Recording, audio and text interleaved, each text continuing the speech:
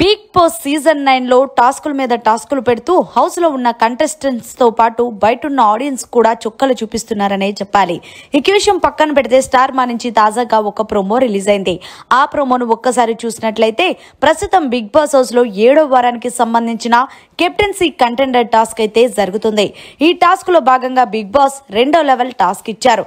ఇక ఈ టాస్క్ లో మీరు ఎక్కువ డబ్బులు సంపాదించడానికి నేను ఇస్తున్న 2వ లెవెల్ టాస్క్ ఎంటర్టైన్మెంట్ కిక్ అంటూ బిగ్ బాస్ తెలియజేశారు.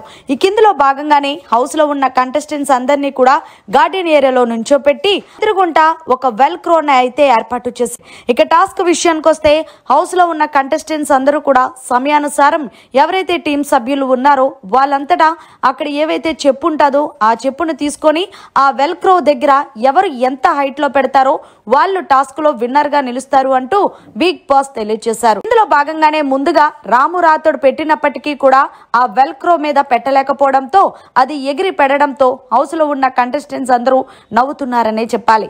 దీంతో నెక్స్ట్ రీతు అయితే గనక వెల్ క్రో మీద అందులోనూ అందనంత ఎత్తులో అందరికంటే టాప్ లో పెట్టినట్టు ప్రోమోలు అయితే కనిపించింది. ఇక అలాగే చిట్టి పికిల్ రమ్య కూడా పెట్టినప్పటికీ ఆమె కూడా అంత హైట్ పెట్టలేకపోవడంతో ఆ తర్వాత సాయి కూడా ట్రై చేసినప్పటికీ కూడా పెట్టలేకపోయాడు.